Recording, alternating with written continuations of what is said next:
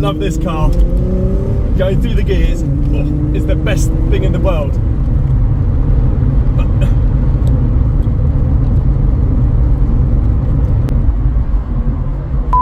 So I've just arrived at Ben's because he's the only person who can really do this job.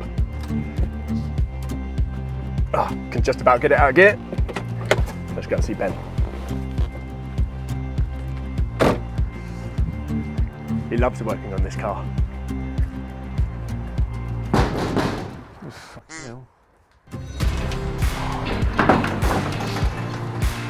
What are you doing here?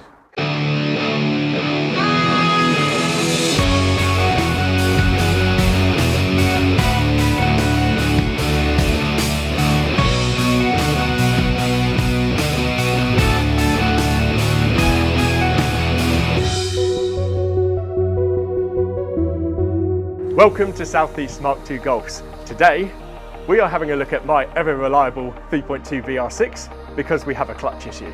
Let's have a look.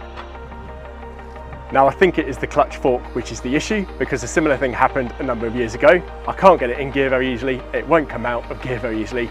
So we're going to see if we can find a solution to fix this permanently.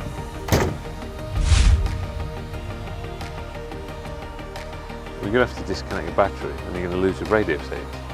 But I haven't got a radio. I didn't take it out after all the faults that we had. Oh no. So now we have to remove everything that's connected to or will be in the way of the gearbox, as this is going to have to come out. The drive shaft hub nuts are ugger-duggered out, and using Ben's lengthy tool, the spline bolts for the drive shafts are removed, where conversation quickly moved to giving my choice of Corrado some abuse. You got like the ultimate poor man's Corrado. The 8 valve is actually desirable because people are looking for commuting. I'm not having that. And then it was the R32's turn for some stick. We find it's not going to come out because of your stupid car. I don't think that's going to come out, but it doesn't need to come out. It's just needed to be like there. Yeah. So you can get the gearbox. You can leave it like that. Yeah. That's fine.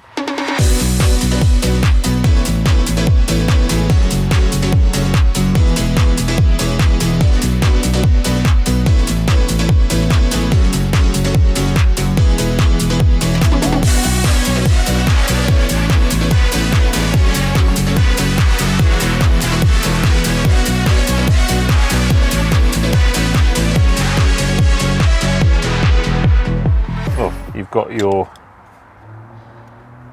clutch slave cylinder to remove, you've got the gear cables to remove, so get cracking. That's it? Yeah, I haven't got this type. These are the old school. Old ones. I've got the ones with the clip on top. There you go. And that's going to come off now as well. That'll do enough. Then your shoes. Gun. Just saves having to twizzle your wrist 6,000 times, doesn't it?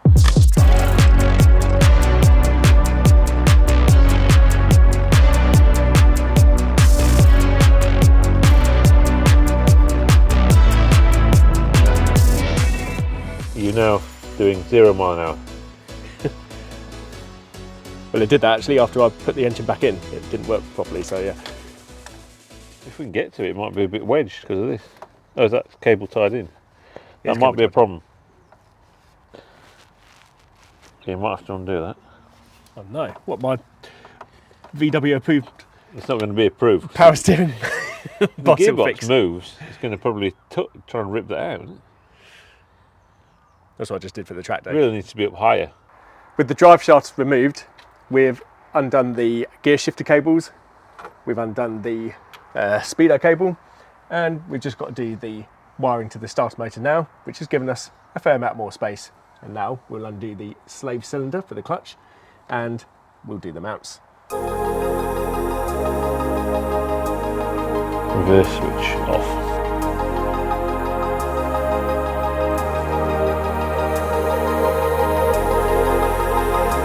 Boing. We are now going to remove the bolts that hold the gearbox on. They are 18mm.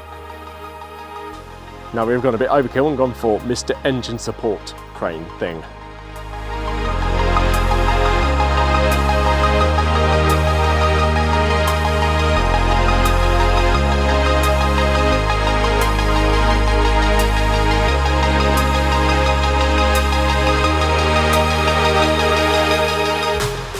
It's still on the rear mount.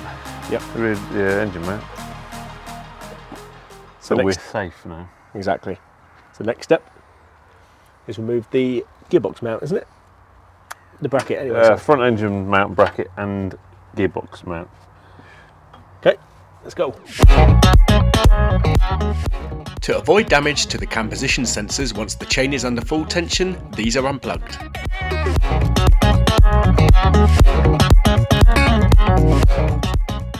See, these are weird. They're such a good, I don't know, good fit or loose fit.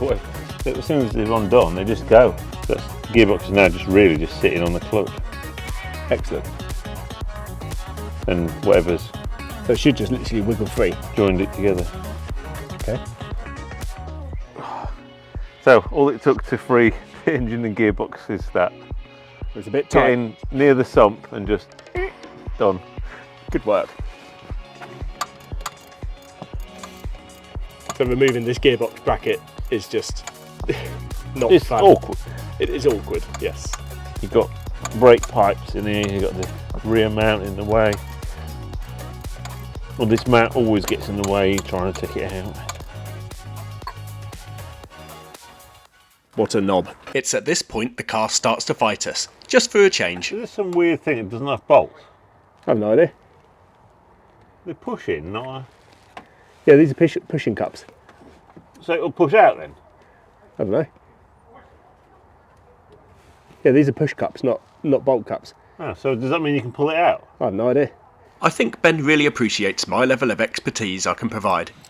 Okay, we've been having a lot of fun and games trying to get the gearbox off past the flywheel, but the cup there keeps getting in the way. These are Normally you'd unbolt them because they have a bolt. Well, these are push fit ones. push on cups. So in another episode of It's Not Stupid If It Works, we've got 3 long bolts of the same thread, a coilover adjustment spanner, C-spanner, and yeah, winding in the long threaded bolts, and it's working like a bearing puller. And if you can see, clean metal from the drive shaft cup, it's coming out. Yeah. Amazing. Let's see. It goes ba-ding. We haven't worked out how we're going to get it back in yet, but that's part of the fun, eh? So, like, are you up for staying here till, like, I'm saying something stupid, like 12? It's going to be late, so yeah, that's fine. I've got low time limit. Like, even if it's 1? Yeah. Because it's going to be late. I get it. Well, this. Yeah. See, you're trying to overcome, I guess, that spring clip. Yeah. But it's also a tight fit, so it was tight. You've got a bit of corrosion, just a very tight fit, and you know. Yeah. But look, there's no bolt there. No. So the only way I think a VW special tool would be just a push in there, and then like a bearing pull I almost. thought it'd go in between there and the alley. There's nothing to pull on. No. So inventive. Yeah, against a C-shaped bit of steel, just carefully wind these in, and it's put enough pressure on it, and it's slowly worked its way out. But there you go. Good job. That took longer than expected. Yeah, now we can fit the. Wasn't somebody selling some with the bolt-in ones? Would they work? I don't know. No, I don't know actually. Oh well. Gearbox out now. Let's go for it. Yes. All right. So what we thought was going to be the problem was the clutch fork. We thought it might have been bent inwards because that can happen with these. So we had got a new one ready. But upon inspection, the fingers on the clutch pressure plate were coated in like a fine mist of grease. It was a little bit weird. So on inspection of the clutch release bearing, it is not good. It rattles. It sounds like a baby's rattle actually, and it's just generally quite horrible compared to a new one, which feels like a new bearing should. So we're pretty sure that the old clutch release bearing that was in here has just shed all of its grease and has just sprayed it all out, which has coated the fingers on the clutch pressure plate. So new release bearing, new forks, we are going to be good to go.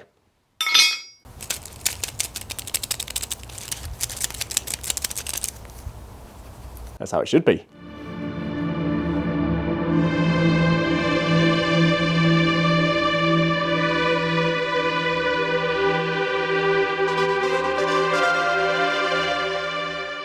time to grease up the shaft. Get in there real deep, boy. So another reason why we think this doesn't work properly is because on here it's supposed to have that little red cap. Yeah, that's completely mullered. It is, yeah. A red nose day all over it.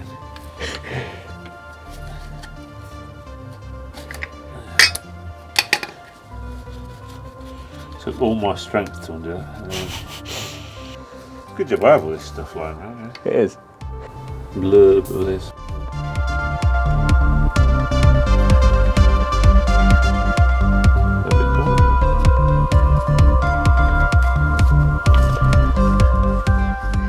And that, I think you found enough reasons now why there's something wrong with yours. yeah, so that just pushes through that little spring and then just sits in there, doesn't it? That little mushroom head. Clipping in because it couldn't. Like that. Looks a bit better. Got to get over there. Like that. Yeah. That's it. Whereas yours was like flopping around and That would explain why I couldn't get in gear very easily. I think so. Yeah. Knackered bearing and whatever this little button is was damaged. Put this back in and stop messing around.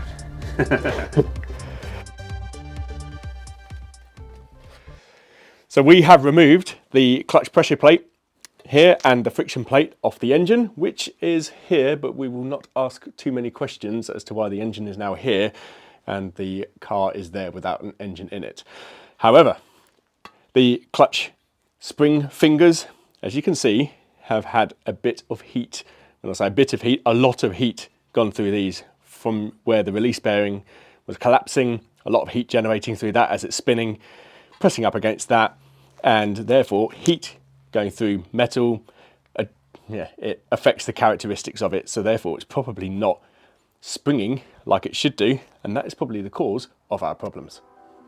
Now here is our Sachs replacement clutch pressure plate, and as you can see, the springy fingers are a uniform colour where it's obviously had no heat going through it, so this should operate properly and be the cure of our problems.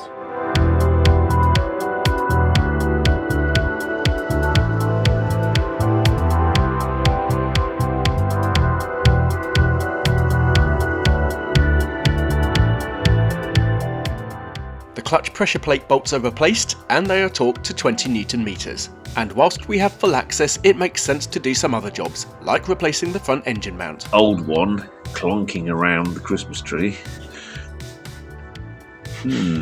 And new. Now time for the gearbox to go back on. Definitely not for the second time.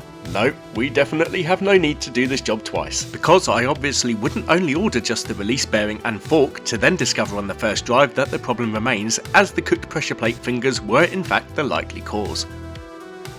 With the job finally wrapped up, taking much longer than anticipated, it was time for a long-awaited test drive.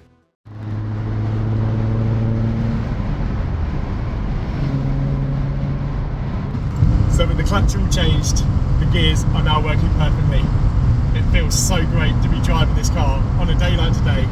I'm so happy. It was not an easy job at all. So anyone who's doing a clutch change on an R32, you're going to have a few issues, and it is, as it turns out, easier to take the engine out than it is to try and do it with the engine in situ. So I hope you've enjoyed the video, and I'll see you next time on Southeast Mk2 Golfs.